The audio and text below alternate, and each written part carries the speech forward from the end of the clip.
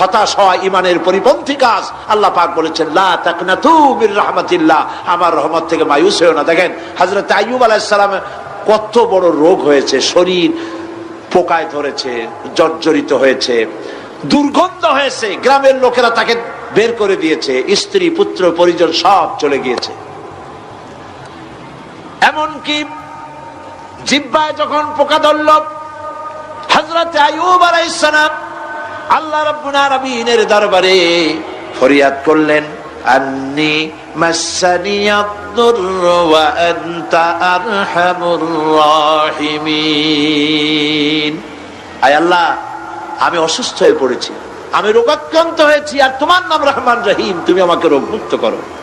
হযরত আইয়ুব আলাইহিস সালাম আল্লাহর দরবারে ফরিয়াদ করলেন, রব্বুল আলামিন সারা শরীরে পোকায় জর্জরিত হয়ে গেছে, এখন আমার জিহ্বায় পোকা ধরেছে, মাবুদ গো আমি তোমার কাছে ফরিয়াদ করি, আমার জিহ্বায় পোকা দিও না, কারণ জিহ্বাটাও যদি নষ্ট হয়ে যায় তাহলে তোমার মতো আল্লাহর জিকির আমি কি দিয়া করব। হযরত আইয়ুব আলাইহিস সালাম আল্লাহ পাকের কাছে যখন এ ধরনের ফরিয়াদ জানালেন, রব্বুল আলামিন তাকে তার রোগ মুক্ত করে দিলেন, তার স্ত্রী পুত্র সব আল্লাহ রব্বুল আলামিন ফিরাইয়া দিলেন। সুবহানাল্লাহ। সুতরাং মুমিন ব্যক্তি, কোরআন শরীফে সব আছে, কোরআনের মতো শ্রেষ্ঠ ওয়াজের কিতাব পৃথিবীতে আর শুধু বোঝার দরকার।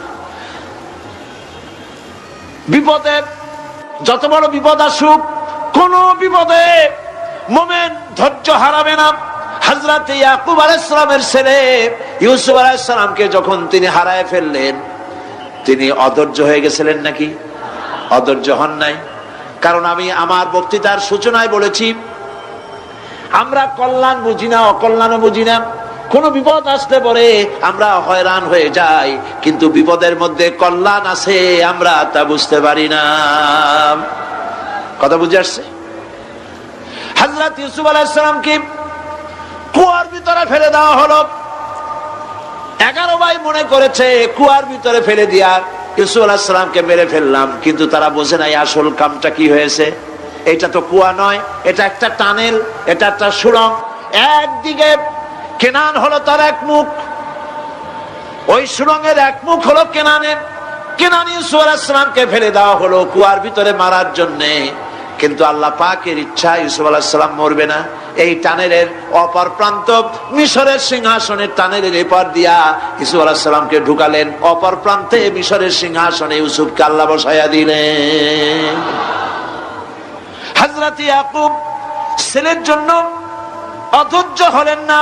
যখন তিনি খবর পেলেন ছেলে বাঘে খেয়ে ফেলেছে, তিনি তখন বলেছেন, ফাসাবুরুন জামিলুন আসাল্লাহু আইয়াতিয়ানি বিহিম জামিআ ইন্নাহু হুয়াল আলিমুল হাকীম। ফাসাবরুন জামিল, আমি উত্তম ভাবে ধৈর্য ধারণ করলাম, এবং আমি বিশ্বাস করি আল্লাহ রাব্বুল আলামিন আমার হারানো সবকিছু আমাকে ফিরাই দিবেন। বহু বছর পর যখন হযরত ইউসুফ আলাইহিস সালাম প্রেসিডেন্ট হয়েছেন মিশরের, 11 ভাই গেল সেখানে সাহায্য আনার জন্য। সেই ঘটনা তো শোনাবো না, এমনি বলে যাচ্ছি। এরপরে তিনি তাদেরকে পরিচয় দিলেন, ওরা ভয় পেয়ে গেল। তিনি বললেন, ভয়ের কোনো কারণ নাই, লা তাসরিবা আলাইকুমুল ইয়াউম, আজকে আমি কোনো প্রতিশোধ তোমাদের নেব না। সুবহানাল্লাহ। এর নাম পয়গম্বর, এর নাম কি? আল্লাহর নবী। আমি আজকে কোনো প্রতিশোধ তোমাদের নেব না, তোমরা যাও। পিতার অবস্থা তিনি জানলেন, কাঁদতে কাঁদতে পিতার চোখ দুটো নষ্ট হয়ে গেছে। ইয়াকুব আলাইহিস সালাম, হযরত ইউসুফ আলাইহিস সালাম বললেন, যাও। নিজের জামাটা খুললেন, গায়ের জামা খুলে বললেন, ভাইরা আমার এই জামা নিয়ে যাও, আর আমার আব্বার চোখের উপরে এই জামাটা রেখে দিও। ছেলেরা যখন হযরত ইউসুফ আলাইহিস সালামের জামা নিয়ে মিশর থেকে রওনা করেছে, গল্প নয়, উপন্যাস নয়, আল্লাহ পাক এই কোরআন শরীফে সূরা ইউসুফে বলেছেন, জামা নিয়ে মিশর থেকে রওনা করেছেন। কোথায় মিশর আর কোথায় কেনান? কেনানে বসে হযরত ইয়াকুব আলাইহিস সালাম বলছেন, তোমরা যদি আমাকে মতিভ্রম পাগল যদি মনে না করো, তাহলে একটা কথা বলি, আমার নাকে এখন আমি ইউসুফের গন্ধ পেতেছি। সুবহানাল্লাহ। তোমরা যদি আমাকে মতিভ্রম না করো তাহলে আমি বলি আমি কিন্তু ইউসুফের গন্ধ পেতেছি। সুবহানাল্লাহ। হযরত ইউসুফ আলাইহিস সালামের জামা এনে ভাইরা যখন হযরত ইউসুফের চোখের উপরে রেখে দিলেন, হযরত ইয়াকুবের দুটো চোখ সাথে সাথে আল্লাহ ভালো করে দিলেন।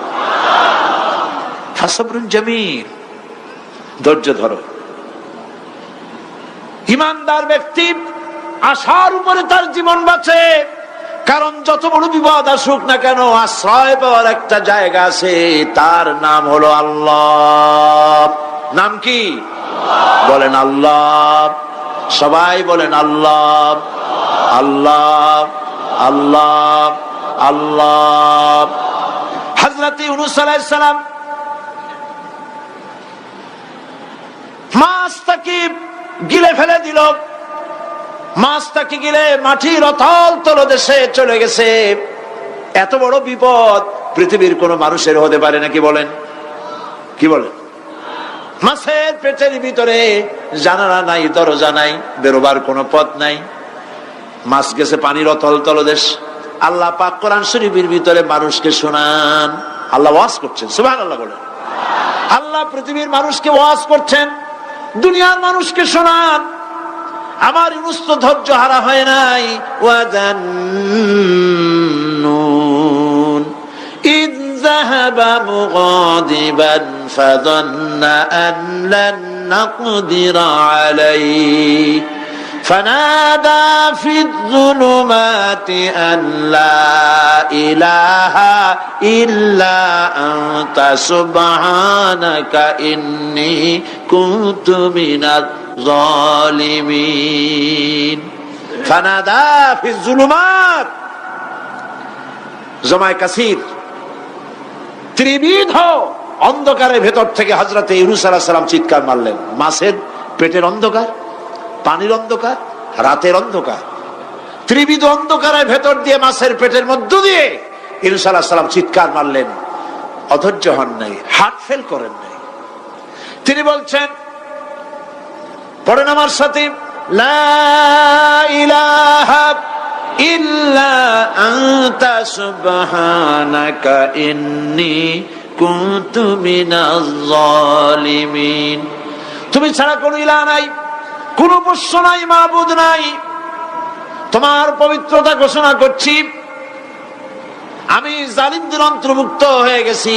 ইউনূস আলাইহিস সালাম যখন কাঁদতেছিলেন, আল্লাহ রাব্বুল আলামিন সেই কান্না শুনেছিলেন কিনা? বলেন, শুনছিলেন কিনা? শুনতে পেয়েছিলেন কিনা?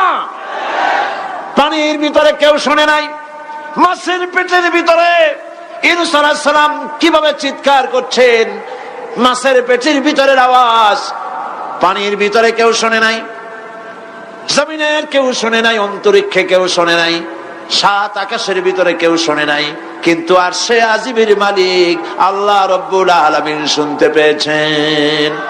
সঙ্গে সঙ্গে রব্বুল আলামিন জবাব দিলেন, ফাস্তাজাবনা লাহু ওয়া নাজ্জাইনাহু মিনাল গাম্মি ওয়া কাযালিকা নুনজিল মুমিনিন। পড়েন, ফাস্তাজাবনা লাহু ওয়া নাজ্জাইনাহু মিনাল গাম্মি ওয়া কাযালিকা নুনজিল মুমিনিন। আমি ইউনূসের ডাকের জবাব দিলাম। কে বলতেছেন? বড় করে বলেন, কে বলছেন? আল্লাহ। সুবহানাল্লাহ। আপনারা কি ভয় পাইছেন? ভয় পেয়েছো মুসলমান? আল্লাহ রাব্বুল আলামিন বলেন, আমি আমার ইউনূসের ডাকের জবাব দিলাম। শুধু জবাব দেই নাই, আমি ইউনূসকে তার মাছের পেটের ভিতর থেকে বাঁচায় দিলাম। মাছের পেটের মধ্যে বেদনা শুরু হয়ে গেল, এমন বেদনা হয়েছে মাছ এখন বমি না করে পারে না। কথা বুঝতে পেরেছ? মাছ এখন বমি না করে পারে না। পানির উপরে মাছ ভেসে উঠল। আল্লাহ কোরআন শরীফের ভিতরে বলছেন, মাছ সাতরায়া কিনারায় চলে গেল, ইউনূস আলাইহিস সালামকে বমি করে ফেলে দিল। ইউনূস আলাইহিস সালাম বেঁচে গেলেন। আল্লাহ পাক বলেন, শুধু ইউনূসকে বাঁচাইলাম না, বরং আমি সকলের জন্য আশার বাণী শোনাই। শোনো মুমিনেরা, ওয়া কাযালিকা নুনজিল মুমিনিন।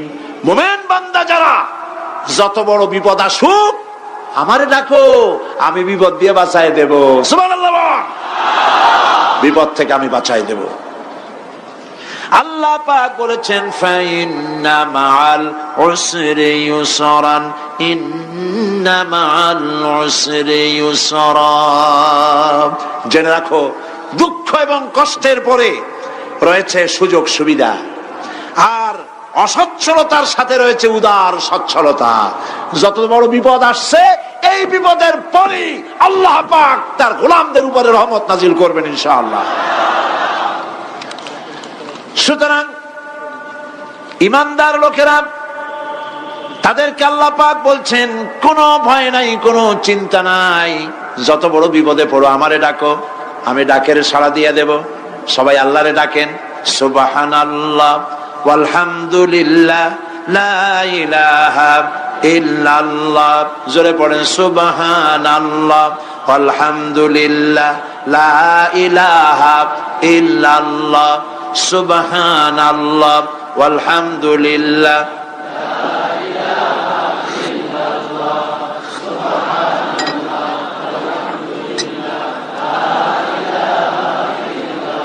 লা ইলাহা ইল্লাল্লাহু মুহাম্মাদুর রাসূলুল্লাহ। আল্লাহর উপর ঈমান আনলে যত ফায়দা হয় এত ফায়দা দুনিয়ায় কোথাও নাই। সুবহানাল্লাহ। আল্লাহর উপর ঈমান আনার ৫ম নম্বরের ফায়দা কয়টা বলছি? 5টা বলছি। আপনাদের অসুবিধা হচ্ছে নাকি? তাড়াতাড়ি শেষ করতেছি। 6টা বলবো, এ হলো ৫ম নম্বর। তারপর আমরা দোয়া করব। দোয়ার দরকার আছে কিনা এই সময়? ৫ম নম্বরে আল্লাহর উপরে ঈমান আনলে পরে আরেকটি বড় ফায়দা, সেটা হলো কঠিন এবং কঠোর বিপদে আল্লাহ পাক তার মধ্যে অবিচলতার এবং ধৈর্য ধরার তৌফিক দিয়ে দেন। সুবহানাল্লাহ। যত বড় বিপদ আসুক সেই বিপদে মুসিবতে আল্লাহ পাক মুমিনদেরকে আল্লাহর উপরে নির্ভরতা শিখায় দেন। সুবহানাল্লাহ।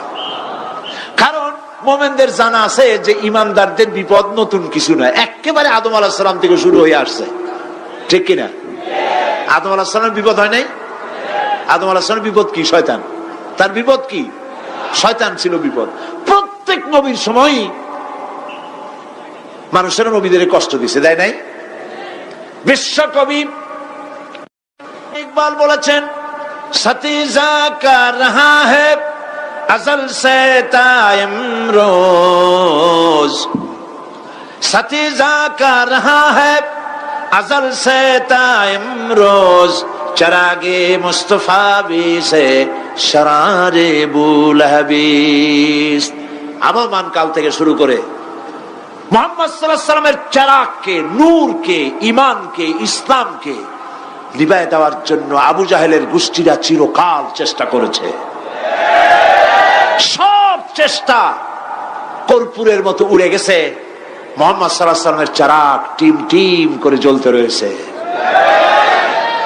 আল্লাহ পাক বলছেন, ইউরিদুনা লিইউতফিউ নূরাল্লাহি বিআফওয়াহিহিম ওয়াল্লাহু মুতিম্মু নূরিহি ওয়ালাউ কারিহাল কাফিরুন।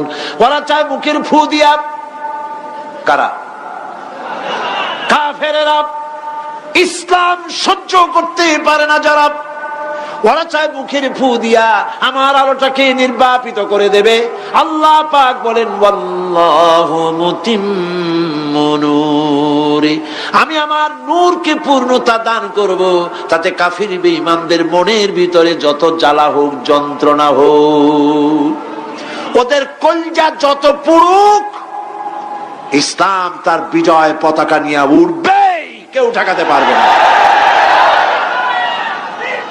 আল্লাহ রাব্বুল আলামিন, আল্লাহ পাক বলছেন, ওয়াকাযালিকা জাআলনা লিকুল্লি নাবিয়্যিন আদুওয়াম মিনাল মুজরিমিন।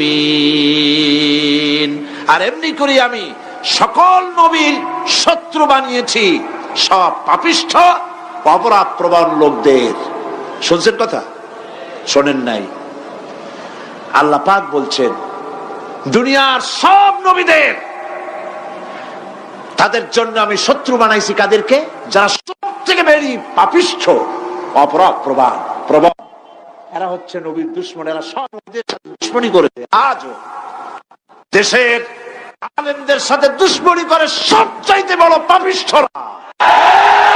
এটা কোরআন। এটা কি? কোরআন। জোরে বলেন এটা কি? আল্লাহ রাব্বুল আলামিন বলছেন ওয়া কাযালিকা জাআলনা লিকুল্লি নাবিয়্যিন আদুওয়াম মিনাল মুজরিমিন। সব পাপীরা, পাপিষ্ঠরা আমার দ্বীনের দাওয়াত যারা দেয় তাদেরকে জীবনের দুশমন মনে করে। কেন? শোনেন, আমি কারো আওয়াজ শোনাচ্ছি? কারো আওয়াজ শোনাচ্ছি? আমার আল্লাহর আওয়াজ। অপরাধটা কি? নবীদের বিরুদ্ধে, নবীর ওয়ারিস ওয়ারাসাতুল আম্বিয়া কারা? তো তাদের বিরুদ্ধে তাদের অপরাধটা কি? তাদের অপরাধ সম্পর্কে আল্লাহ নিজে বলেন وَمَا نَقَمُوا مِنْهُمْ إِلَّا أَنْ يُؤْمِنُوا بِاللَّهِ الْعَزِيزِ الْحَمِيدِ। এদের বিরুদ্ধে অ্যাকশন নেওয়ার আর কোনো অপরাধ ওদের নাই। ওদের একমাত্র অপরাধ ওরা আল্লাহর জমিনে আল্লাহর আইন প্রতিষ্ঠা করতে চায়। এটাই হচ্ছে অপরাধ। এই অপরাধে নবীদের শাস্তি হয়েছে। নবীরা মার খেয়েছেন, সাহাবায়ে কেরাম মার খেয়েছেন। আমরা তো সাহাবায়ে কেরামের জুতার ধুলার সমানও নই। সুতরাং এগুলি আমাদের পাওনা। এই রক্তের বিনিময়, জীবনের বিনিময় আল্লাহ পাক তার দ্বীনকে প্রতিষ্ঠা করবেন ইনশাআল্লাহ। হযরতে খাব্বাব, বুখারী শুনুন, বুখারীর হাদিস। আমি কোনো কথা বানিয়ে বলি না। আমি লেখাপড়া করি, পড়াশোনা করি, চোখে দেখি, তারপরে কথা বলার চেষ্টা করি। বাজে গপ্প কিস্সা কাহিনী বলার অভ্যাস আমার কোনো কালে ছিল না, নাই। রাসূল করিম সাল্লাল্লাহু আলাইহি ওয়াসাল্লামের মতো মানুষ, ওনার মতো মানুষ, আহারে, তার চাইতে শ্রেষ্ঠ মানুষ কি পৃথিবীতে আছে? তিনি মার খাইছেন না খান নাই? আহা, কিভাবে তাকে মারলো! গলায় চাদর দিয়ে পেঁচাইয়া আছাড় মেরে ফেলে দিয়ে তারপরে তাকে প্রহার করা হয়েছে। আবু জাহেল মেরেছে, বেহুশ হয়ে গেছেন হুজুর। হযরত হামজা তখনও কাফের ছিলেন। শিকার থেকে ফিরে এসে মুহাম্মদ সাল্লাল্লাহু আলাইহি ওয়াসাল্লামের অবস্থা দেখে পায়ের রক্ত মাথায় উঠে গেছে। আপন ভাইয়ের ছেলে, আর এমন ছেলে। চলে গেলেন আবু জাহেলের বাড়ি, বললেন আবু জাহেল, তুই নাকি মুহাম্মদ সাল্লাল্লাহু আলাইহি ওয়াসাল্লাম মারছিস? কেন মারলি? তিনি তো ভালো কথাই বলেন, সব সময় বলেন সত্য কথা বলো, মানুষের উপকার করো, এতিমকে আশ্রয় দাও। এত সুন্দর সুন্দর ভালো ভালো কথা বলেন, তার মতো ভালো মানুষ তো দুনিয়ায় দেখি নেই। মারলি কেন? তুই কি মনে করছিস যে আব্দুল্লাহ মারা গেছে বলে এতিম হয়ে গেছে মুহাম্মদ সাল্লাল্লাহু আলাইহি ওয়াসাল্লাম? তোর মনে রাখা উচিত আব্দুল্লাহ মারা গেছে, হামজা মরে নাই। হযরত হামজা ধনুক বাইর করলেন, এক বাড়ি মারলেন মাথার উপরে, মাথা ফাটা রক্ত বেরিয়ে গেল। হামজা হন হন করে হেঁটে এলেন রাসূলের কাছে। হুজুরের অসুস্থ দেহ মোবারক কোলে উঠায় নিয়ে বললেন, বাবা, তার মস্তক মোবারক কোলে উঠায় নিয়ে বললেন, আমি আবু জাহেলের মাথা ফাটিয়ে রক্ত বের করে দিয়ে এসেছি, তুমি একটু খুশি হও। হুজুর বললেন, চাচা, কার মাথা ফাটাইছেন, কার রক্ত বের করেছেন, এই কথা বলে তো আমাকে আপনি খুশি করতে পারবেন না। তিনি বললেন, বাবা, তুমি কি হলে খুশি হও? তিনি বললেন, আমি খুশি হই চাচা, তোমার মুখে যদি একটা বার আমি ঈমানের কলেমা শুনতে পাই। হযরতে হামজা বললেন, মুহাম্মদ সাল্লাল্লাহু আলাইহি ওয়াসাল্লাম, আমার বুঝতে মোটেও কষ্ট হয়নি, তুমি কোনো সাধারণ মানুষ নও। সাধারণ মানুষের প্রতিশোধে তুমি বিশ্বাসী হতে, খুশি হতে, প্রতিশোধে বিশ্বাসী হওনি। তুমি অবশ্যই আল্লাহর নবী। আমি আল্লাহকে সাক্ষী রেখে, আমি তোমাকে সাক্ষী রেখে ঈমানের কালেমা ঘোষণা করছি, লা ইলাহা ইল্লাল্লাহু মুহাম্মাদুর রাসূলুল্লাহ।